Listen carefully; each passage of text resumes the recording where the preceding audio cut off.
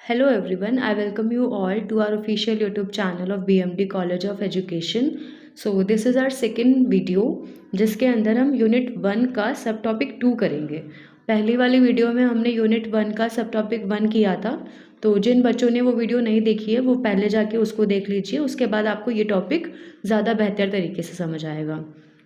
So without wasting any time शुरू करते हैं। हमारे सब टॉपिक 2 का नाम है policies acts provisions related to education, यानी कि हमारी शिक्षा से संबंधित जितनी भी policies acts and provisions Indian constitution में मेंशन है, आज हम उन सब के बारे में पढ़ेंगे। ठीक है,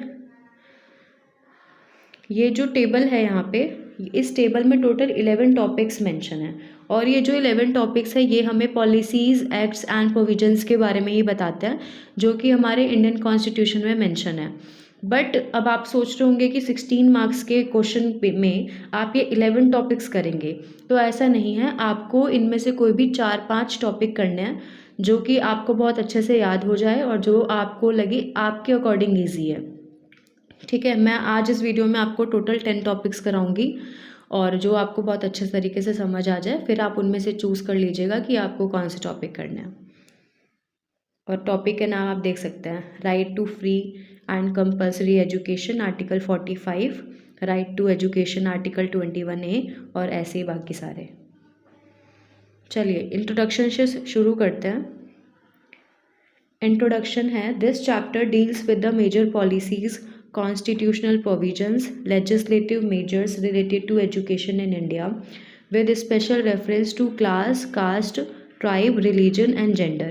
ये जो चैप्टर है वो कुछ मेजर पॉलिसीज़ के बारे में डिस्कस करता है जो कि हमारे इंडियन कॉन्स्टिट्यूशन में मेंशन है। जैसे कि कुछ एक्ट हो गए, कुछ ऐसे आर्टिकल हो गए जो हमारे एजुकेशन से रिलेटेड हैं, और SC ST OBC जो कि हमारे समाज के पिछड़े वर्ग हैं उनके लिए भी कुछ प्रावधान किए गए हैं, और साथ में महिलाओं के लिए भी, तो वो हम इस चैप्टर में पढ़ेंगे। उनसे संबंधित जितने भी आर्टिकल हैं हम उनके बारे में पढ़ेंगे। ठीक है, तो पहला पॉइंट आता है free and compulsory education. Free and compulsory education means providing education to all children as a responsibility of the state। निःशुल्क और अनिवार्य शिक्षा का अर्थ है सभी बच्चों को शिक्षा प्रदान करना राज्य की जिम्मेदारी है। जो स्टेट है उसकी ये रिस्पॉन्सिबिलिटी है कि वो सभी बच्चों को जो 6 से 14 वर्ष की उम्र के अंतर्गत आते हैं उनको निःशुल्क यानी कि फ्री और अनिवार्य यानी कि इम्पॉर्टेंट यानी कंपलसरी शिक्षा देने का अधिकार है। उनकी ये रिस्पॉन्सिबिलिटी है कि उन्हें ये प्रोवाइड कराना है। ठीक है, 6 वर्ष से कम आयु के बच्चों के लिए प्रारंभिक बाल्यावस्था देखभाल और शिक्षा का प्रावधान कराना है। जो बच्चे छोटे हैं और 6 साल से कम उम्र के हैं उनके लिए ये प्रावधान किया गया है कि अर्ली चाइल्ड केयर किया जाए और एजुकेशन उनके लिए कंपलसरी किया जाए, क्योंकि 6 साल तक की उम्र ऐसी होती है जिसमें जो बच्चा होता है वो सबसे ज़्यादा कैच करता है, सबसे ज़्यादा उसकी जो लर्निंग माइंड होता है वो इम्प्रूव और डेवलप हो रहा होता है। तो इसीलिए, और ये जो प्रोविज़न है ये भी स्टेट के लिए कंपलसरी बनाया गया है। इसके अंदर पॉइंट 1 के अंदर हमारे पास एक आर्टिकल आता है, आर्टिकल 45, जो कहता है कि article 45 states that the state shall endure to provide early childhood care and education for all children until they complete the age of 6 years। जैसा कि अभी हमने पहला पढ़ा कि स्टेट ये प्रोवाइड करेगा और ये इंश्योर करेगा कि जितने भी बच्चे जो 6 साल से कम उम्र के हैं उनको प्रारंभिक देखभाल यानी एक अर्ली चाइल्डहुड केयर दिए जाए और एजुकेशन दी जाए, जिससे कि जो बच्चा है वो 6 साल की उम्र तक होते होते अच्छी तरह से डेवलप हो जाए और स्कूल में जाने के लायक पूरी तरह से रेडी हो जाए। उसके बाद पॉइंट 2 आता है, right to education. Right to education ensures free and compulsory education. Free and compulsory education to all children of the age group 6 to 14 years. मैंने आपको ये फर्स्ट पॉइंट में ही बता दिया था कि ऐसे बच्चे जो 6 से 14 साल की उम्र तक में आते हैं उनको अनिवार्य शिक्षा और निःशुल्क शिक्षा देने का प्रावधान स्टेट राज्य के अंतर्गत किया गया है। ठीक है, तो ये स्टेट की रिस्पॉन्सिबिलिटी है ऐसा करना। अब जो पॉइंट 2 है उसके अंदर हमारे पास 2 पार्ट आते हैं, पार्ट A और पार्ट B। पार्ट ए में आता है आर्टिकल 21A और पार्ट बी में आता है 93rd अमेंडमेंट एक्ट। दोनों पढ़ते हैं कि क्या है। आप सभी ये सोच रहे होंगे कि point A, point B, point 1, 2 ये सारे शिक्षा के बारे में बात कर रहे हैं। तो इन सब में जो डिफरेंस है वो यही है कि 19-20 का डिफरेंस है, ज़्यादा नहीं है, क्योंकि ये सब घूम के कहीं ना कहीं एक ही पॉइंट पे आ रहे हैं। वो है कि या तो 6 साल से कम उम्र का जो बच्चा है उसको एक अर्ली चाइल्डहुड केयर दे, और फिर जो बच्चा 6 से 14 उम्र में आता है तो उसको निःशुल्क और अनिवार्य शिक्षा दे। और इसी के इर्द गिर्द जितने भी हमारे एक्टिव प्रोविजंस एंड पॉलिसीज़ बनी हुई है उस पर फोकस हमारी स्टेट गवर्नमेंट कर रही है। ठीक है, तो let's move forward towards article 21A।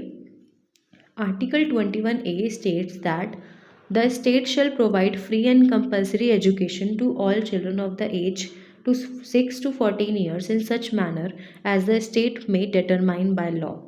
अब इसमें क्या है ना कि स्टेट, जैसे हमने ऊपर पढ़ा कि 6 से 14 वर्ष के बच्चों को अनिवार्य और निःशुल्क शिक्षा देनी है, ये पॉइंट वापस से यहाँ पे आ गया। बट डिफरेंस ये है कि ये आर्टिकल 21 के अंदर आ रहा है, और इसमें जो हमारी जो राज्य सरकार है उसके ऊपर 86 अमेंडमेंट एक्ट 2002 को फॉलो करने की जिम्मेदारी है कि अगर जो स्टेट है वो फॉलो नहीं करता इस रूल को तो उसके ऊपर कार्यवाही की जाएगी। कार्यवाही कौन से एक्ट के अंतर्गत की जाएगी? 86 अमेंडमेंट एक्ट 2002 के अंदर की जाएगी। तो ये हमें डिफरेंस यहाँ पे देखने को मिलता है। बाकी जो प्रोविज़न है वो सेम है कि जो 6 से 14 साल के बच्चे हैं उनको अनिवार्य और निःशुल्क शिक्षा देनी है। उसके बाद आता है 93rd अमेंडमेंट एक्ट। क्या बोलता है? 93rd amendment of the constitution, primary education has been made a fundamental right and has become a legal right. संविधान के 93वें संशोधन द्वारा प्राथमिक शिक्षा को मौलिक अधिकार बनाया गया और यह एक कानूनी अधिकार भी बन गया। हमने ऊपर पढ़ा कि जो 6 से कम उम्र के बच्चे हैं उनको एक हमें प्राइमरी केयर देनी है, चाइल्डहुड केयर देनी है। अब उसको यहाँ पे बता दिया गया कि वो जो प्राइमरी चाइल्डहुड केयर थी उसको मौलिक अधिकार बना दिया गया और एक कानूनी अधिकार भी बना दिया गया कि अगर हम ये पाते हैं कि हमारे राज्य ये फॉलो नहीं कर रही है तो उसके ऊपर एक कानूनी कार्यवाही हो सकती है और ये आरोप भी लगाया जा सकता है कि उसने किसी बच्चे का मौलिक अधिकार छीना है। ठीक है, तो ये इसी 19-20 के डिफरेंस की मैं बात आपसे कर रही थी कि ये हमें डिफरेंस देखने को मिलता है। Move forward towards the third point which is education for women. बच्चों के बारे में बात कर ली, अब महिलाओं के लिए देखते हैं कि उनके लिए क्या प्रावधान है हमारे कॉन्स्टिट्यूशन में। Article 15 deals with non-discrimination against any citizens on the grounds of sex, religion, race and place of birth। हमारा जो अनुच्छेद 15 है वो लिंग, धर्म, जाति या जन्म स्थान के आधार पर किसी भी नागरिक के साथ भेदभाव को निषेध करता है। यानी कि हम या फिर कोई भी संस्थान, कोई भी इंसान या कोई भी राज्य सरकार या फिर कोई भी सरकार किसी भी इंसान के साथ उसके धर्म, जाति, जन्म का स्थान के आधार पर भेदभाव नहीं कर सकता। ये नहीं बोल सकता कि आपका ये कलर है, आपका ये जाति है, आप अमीर हैं, आप गरीब हैं, तो इसके बेस पर उनके साथ डिस्क्रिमिनेशन किया जाए, भेदभाव किया जाए। कोई भी ऐसा इंसान जो ये सब करता हुआ पाया जाता है उसके ऊपर एक कानूनी कार्यवाही होती है और ये हमारा आर्टिकल 15 कहता है। आर्टिकल 15(3) का सब क्लॉज 3 है जो कहता है कि it empowers the state to make special provisions for women including their education. अनुच्छेद 15 का भाग 3 कहता है कि राज्यों को महिलाओं के लिए शिक्षा सहित विशेष प्रावधान करने का अधिकार देता है। आर्टिकल 15 और 15 का भाग 3 हमें शिक्षा का अधिकार तो दे रहा है, यानी कि महिलाओं को शिक्षा का अधिकार दे रहा है, साथ में उनको कुछ स्पेशल प्रोविजंस, विशेष प्रावधान भी प्रदान कर रहा है। फिर आता है आर्टिकल 15 का sub clause 1। It provides that the state shall not discriminate against any citizens on the ground of sex, religion, race, a place of birth।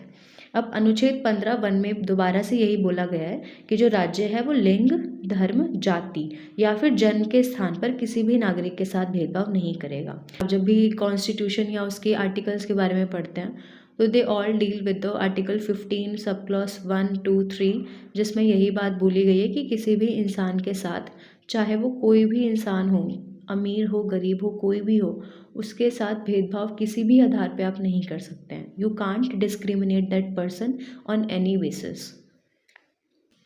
Move towards the fourth topic, which is promotion of education and economic interest of SC, ST and other weaker section. ऐसा नहीं है कि सिर्फ महिलाओं के लिए या बच्चों के लिए संविधान में प्रावधान किए गए हैं. जो SC, ST और अदर वीकर सेक्शन है उनके लिए भी कुछ प्रोविजंस किए गए हैं हमारे कॉन्स्टिट्यूशन में. तो वो पढ़ते हैं कि वो क्या है. आर्टिकल 46, ठीक है. Article 46 states that the state shall promote with special care the educational and economic interest of the weaker section of the people, particularly the scheduled caste and the scheduled tribe. इसका मतलब ये है कि अनुच्छेद 46 के अनुसार राज्य लोगों के कमज़ोर वर्गों, विशेष रूप से अनुसूचित जातियों, ठीक है, अनुसूचित जनजातियों और के शैक्षिक और आर्थिक हितों का विशेष ध्यान के साथ बढ़ावा देगा. हमारा जो आर्टिकल 46 है, अनुच्छेद 46 है, वो ये इंश्योर करता है कि हमारा जो समाज है उसके जो विशेष वर्ग जैसे कि अनुसूचित जाति, जनजाति और पिछड़े वर्ग हैं, उनके लिए जो शिक्षा है और उनके जो आर्थिक हित हैं उनको लेके बहुत ज़्यादा ध्यान रखेगा, ठीक है, और उनका जो सपोर्ट है वो बहुत ज़्यादा करके उनको बढ़ावा देगा, ठीक है. It also directs the state to promote them from social injustice and all forms of exploitation. मतलब कि ये राज्य को सामाजिक अन्याय और सभी प्रकार के शोषण से उनकी रक्षा करने का निर्देश देता है. यानी कि आर्टिकल 46 राज्य को ये निर्देश देता है कि वो जो भी अनुसूचित जाति जनजाति के लोग या पिछड़े वर्ग के लोग हमारे समाज में हैं उनकी रक्षा करे, उनके साथ किसी भी प्रकार का सामाजिक न्याय और शोषण ना हो. Article 46 is included under directive principles of state policies. जो हमारा आर्टिकल 46 है वो हमारे DPSPs के अंदर भी आता है, हमारे नीति निर्देशक सिद्धांतों के अंदर भी आता है. उसके बाद हम बात करते हैं प्रोविजंस फॉर रिलीजियस एजुकेशन. अगर हमें धार्मिक शिक्षा चाहिए तो उसके लिए क्या प्रोविजंस किए गए हैं हमारे कॉन्स्टिट्यूशन में, वो देखते हैं. तो आर्टिकल 25 आता है which deals to right to propagate religion. मतलब कि आर्टिकल 25(1) जो है वो हमें बताता है कि हमारे पास हमारे धर्म की स्वतंत्रता है या नहीं है, और है भी तो किस प्रकार से है. Article 25 sub clause 1 guarantees all citizens the freedom of conscience and the right to profess, practice and propagate religion. मतलब कि सभी नागरिकों को अंतरात्मा की स्वतंत्रता, धर्म को मानने, आचरण करने और प्रचार करने का अधिकार देता है. अगर आप किसी भी धर्म में हैं तो आप उस धर्म को मान सकते हैं, उस धर्म का बदलाव कर सकते हैं और उसका आचरण करने के लिए, उस धर्म का प्रचार करने के लिए भी अधिकार देता है. Next we have article 28 freedom as to attendance at religious instructions. इसका मतलब ये कि जो आर्टिकल 28 है वो कुछ शैक्षिक संस्थानों में धार्मिक शिक्षा या धार्मिक उपासना में उपस्थिति की स्वतंत्रता से संबंधित है, ठीक है. कोई भी शैक्षिक संस्थान है, ठीक है, उसमें अगर आप अपने रिलीजन को फॉलो कर रहे हैं, हम देखेंगे कि जो सरकारी स्कूल होते हैं या फिर जो प्राइवेट स्कूल्स होते हैं उसमें मंदिर होता है, ठीक है. कई बार हमें ऐसे स्कूल्स देखने को मिलते हैं जिनका नाम होता है कि मुस्लिम स्कूल, क्रिश्चियन स्कूल, बट इसका मतलब ये नहीं है कि उसमें मुस्लिम ही जा रहे हैं या फिर क्रिश्चियन स्कूल में सिर्फ क्रिश्चियंस जा रहे हैं. उस स्कूल में सब जा रहे हैं बट वो एक ऐसा नाम रखा गया है. तो ये आर्टिकल 28 हमें यही बताता है कि आप जा सकते हैं, आप अपनी धार्मिक शिक्षा या धार्मिक उपासना में प्रेजेंस ले सकते हैं, जाके मतलब उसको अटेंड कर सकते हैं, आपको कोई मना नहीं करेगा, ठीक है. तो ये आर्टिकल अनुच्छेद 28 आपको ये राइट देता है. उसके बाद आता है आर्टिकल 28 हैज़ 3 क्लॉजेज, ठीक है. अनुच्छेद 28 में हमारे पास 3 क्लॉजेज की बात की गई है. यहाँ पे मैंने 2 क्लॉज मेंशन किए हैं, ठीक है, क्योंकि ज़्यादा लेंदी हो जाएगा और 16 मार्क्स के अकॉर्डिंग हम ऑलरेडी 5 से 6 पॉइंट ही करने वाले हैं ज़्यादा से ज़्यादा. तो अनुच्छेद 28 सब भाग 1 है ना, उसके अनुसार राज्य निधि से पूर्णतः संचालित किसी भी शैक्षिक संस्था में धार्मिक शिक्षा नहीं दी जाएगी. मतलब ये बोला जा रहा है कि state that no religious instruction shall be provided in any educational institution wholly maintained out of states fund। मतलब ऐसा बोला गया है कि कोई भी स्टेट का जो स्कूल है ना, वहाँ पे पर्टिकुलरली किसी भी एक रिलीजन के बारे में शिक्षा नहीं दी जाएगी। बट पर्टिकुलरली आप किसी एक रिलीजन को प्रमोट करेंगे या फिर किसी एक रिलीजन की बात करेंगे तो उसकी अलाउंस नहीं दी गई है, और जो कि कहीं ना कहीं सही भी है, क्योंकि हमें सबके पॉइंट ऑफ व्यू से सोचना है, सिर्फ एक के पॉइंट ऑफ व्यू से नहीं सोचना है। अनुच्छेद 28 का 2 भाग जो है उसके अनुसार जो हमने उपधारा पढ़ी है एक ऊपर, उस शैक्षणिक संस्था पे लागू नहीं होगी जिसे राज्य संचालित करता है, लेकिन जो किसी ऐसे न्याय या दान से स्थापित की गई हो जिसमें धार्मिक शिक्षा देना अनिवार्य हो। हम 2 एग्जाम्पल ले लेते हैं, ठीक है, जिससे कि हमारी जो कन्फ्यूजन है वो ख़त्म हो जाएगी। आर्टिकल 28 का सब क्लॉज 1 और आर्टिकल 28 का सब क्लॉज 2। सब क्लॉज 1 कह रहा है कि आप जो है वो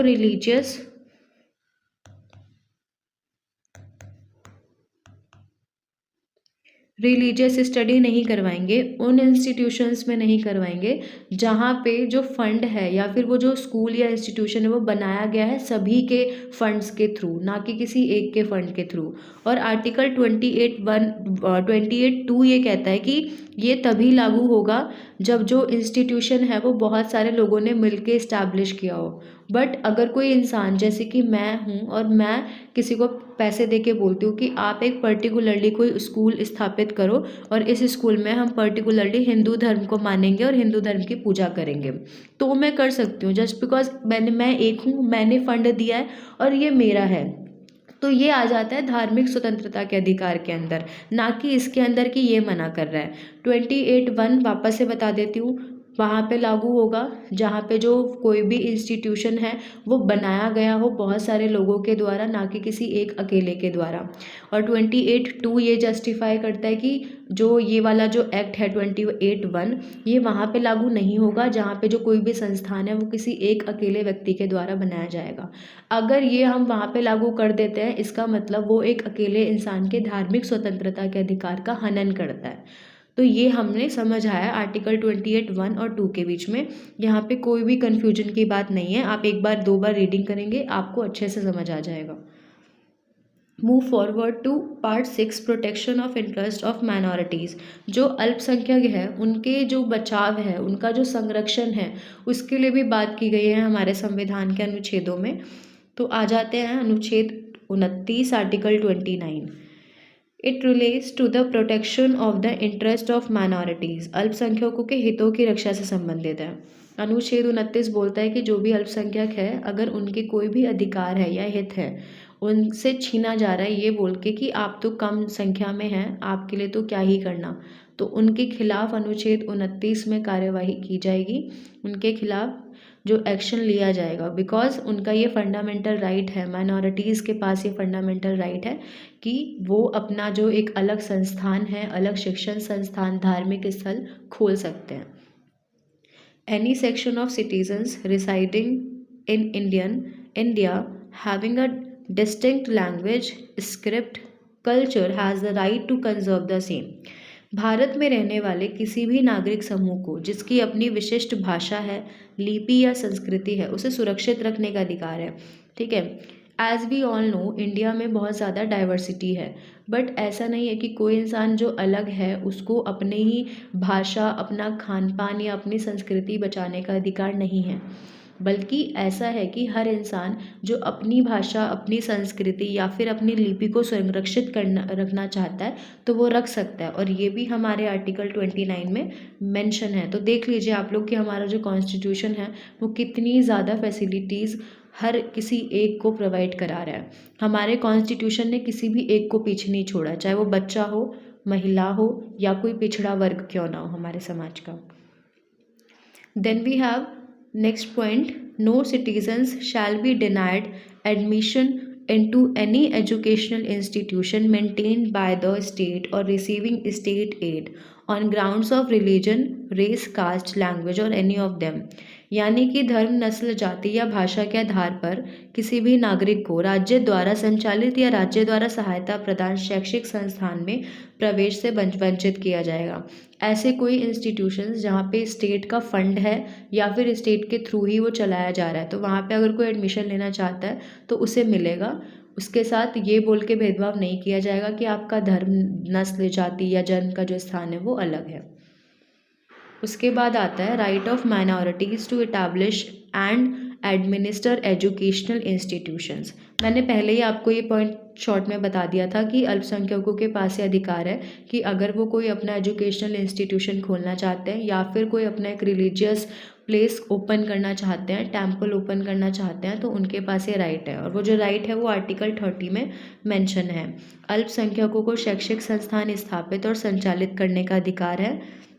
सभी अल्पसंख्यकों को, चाहे वे धर्म भाषा के आधार पर हो, अपनी पसंद के शैक्षिक संस्थान स्थापित करने और संचालित करने का अधिकार है।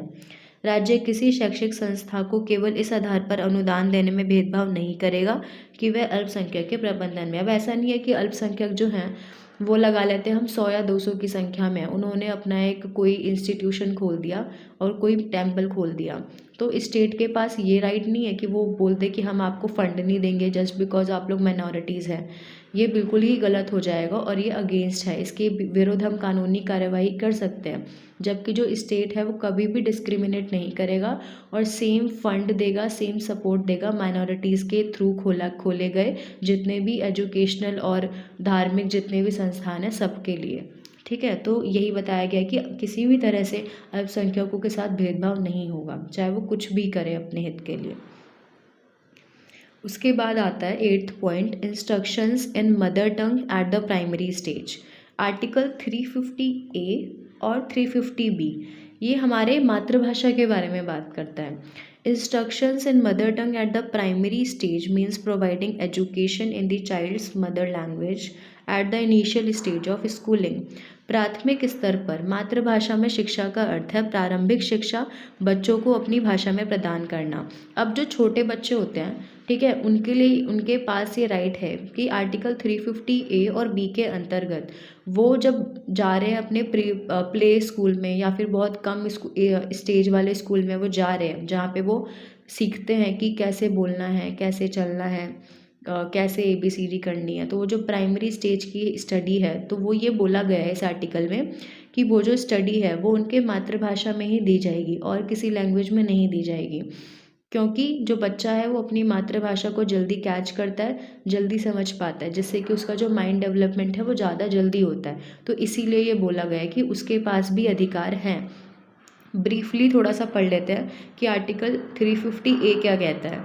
Article 350A relates to facilities for instructions in mother tongue at the primary stage. अनुच्छेद 350(1) प्राथमिक स्तर पर मातृभाषा में शिक्षा की सुविधाओं से संबंधित है।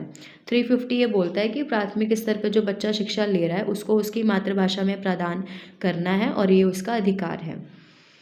It states that it shall be the endeavour of every state and local authorities to provide adequate facility for instruction in the mother tongue to children belonging to linguistic minorities group.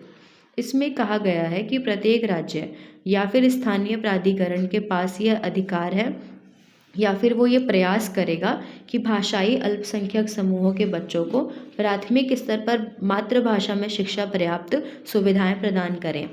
Normal बच्चों का तो हमने पढ़ लिया कि उनको mother tongue में सिखा देंगे, बट कुछ ऐसे बच्चे जो अल्पसंख्यक हैं जिनकी भाषा और सब कुछ अलग है, उनका क्या? तो उनके लिए भी आर्टिकल 350A में प्रावधान किया गया है कि जब तक वो छोटे हैं उनके प्राथमिक स्तर की जो शिक्षा है वो उनके मातृभाषा में ही कराई जाएगी।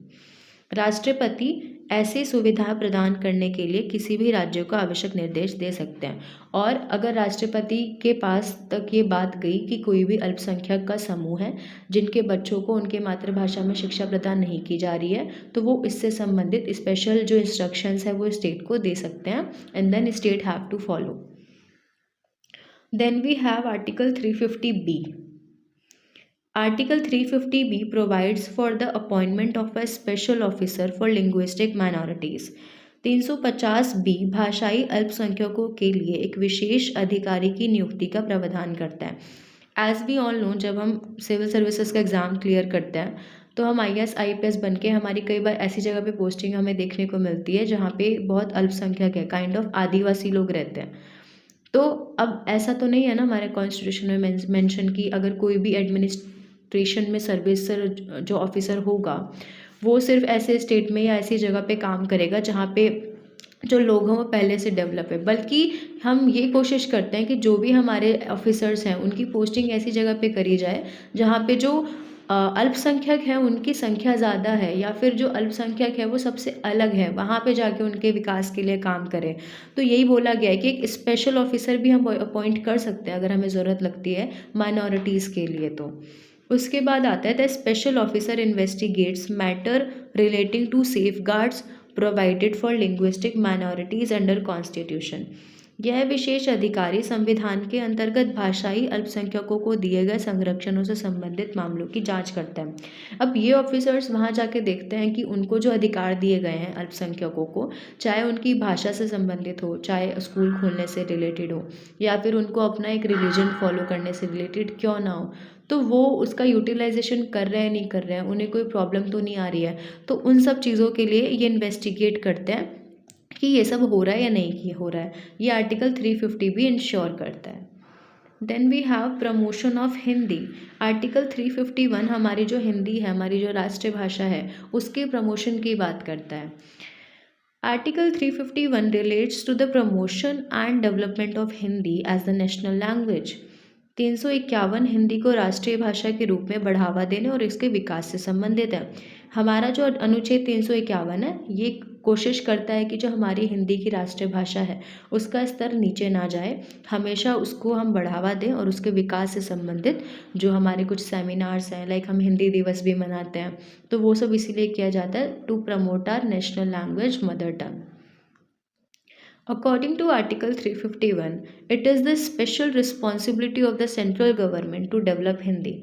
अनुच्छेद 51 के तहत केंद्र सरकार के पास एक स्पेशल काइंड ऑफ रिस्पॉन्सिबिलिटी है कि उसको हिंदी के विकास की जिम्मेदारी दी गई है, उसको हिंदी का विकास करना है, मतलब करना है। उसके बाद आता है Hindi should serve as a medium of expressions for all elements of the composite culture of India. In Hindi को भारत की समृद्ध संस्कृति के सभी तत्वों की अभिव्यक्ति का माध्यम बनाना जाना चाहिए। मतलब ये बोला है कि अगर आपको कोई भी फीलिंग एक्सप्रेस करनी है, आपको कोई भी संस्कृति फॉलो करनी है और उसमें आपको कोई रिचुअल्स फॉलो करने हैं, तो आप जो है ये सब अपनी हिंदी लैंग्वेज के थ्रू कर सकते हैं। You have the right of it. For this purpose, there is a Directorate of Hindi in the Central Ministry of Home Affairs। इस उद्देश्य के लिए केंद्रीय गृह मंत्रालय में हिंदी निदेशालय की स्थापना भी की गई है कि जो हमारा पर्पस है कि हम हिंदी के विकास के लिए काम करेंगे, उसको बढ़ावा देने के लिए हमारा जो central ministry of home affairs है वहाँ पे भी हिंदी निदेशालय की स्थापना की गई है। ठीक है। उसके बाद आता है education in the union territories. अगर हम अपनी यूनियन टेरिटरीज़ की बात करें तो वहाँ पे शिक्षा का क्या प्रावधान है ये देख लेते हैं। Article 239 of the constitution states that unless otherwise provided by the parliament every union territory shall be administered by the president. संविधान का अनुच्छेद 239 ये बताता है कि जब तक संसद द्वारा अन्यथा प्रावधान न किए जाएं, प्रत्येक संघ राज्य क्षेत्र का प्रशासन राष्ट्रपति द्वारा किया जाएगा। यानी कि जो यूनियन टेरिटरीज़ है उसके जो प्रोविजंस, स्पेशल प्रोविजंस होते हैं वो हमारी प्रेसिडेंट, हमारा जो पार्लियामेंट है वो करता है। बट जब तक पार्लियामेंट नहीं करेगा तब तक president has that power to rule the special union territories. उनके वहाँ पे जो भी प्रॉब्लम्स है रिलेटेड टू एजुकेशन और अदर थिंग, वो सब प्रेसिडेंट के हाथ में होगी। ये आर्टिकल 239 इंश्योर करता है और बताता है। उसके बाद आता है The President administers the Union Territory through an administrator appointed by him with such designation as he may specific। यानी कि राष्ट्रपति संघ राज्य क्षेत्र का प्रशासन अपने द्वारा नियुक्त प्रशासक के माध्यम से करता है, जिसे वह उपयुक्त पद नाम का नाम देता है। यानी कि राष्ट्रपति अब हर ग्राउंड्स पे जाके वर्क तो कर नहीं सकते हैं, तो इसके लिए वो कुछ एडमिनिस्ट्रेशन ऑफिसर्स को अपॉइंट करता है जो उनके बिहाफ पे जाके यूनियन टेरिटरीज में एजुकेशन या और भी कोई प्रॉब्लम से रिलेटेड वर्क करते हैं। This is a very simple point.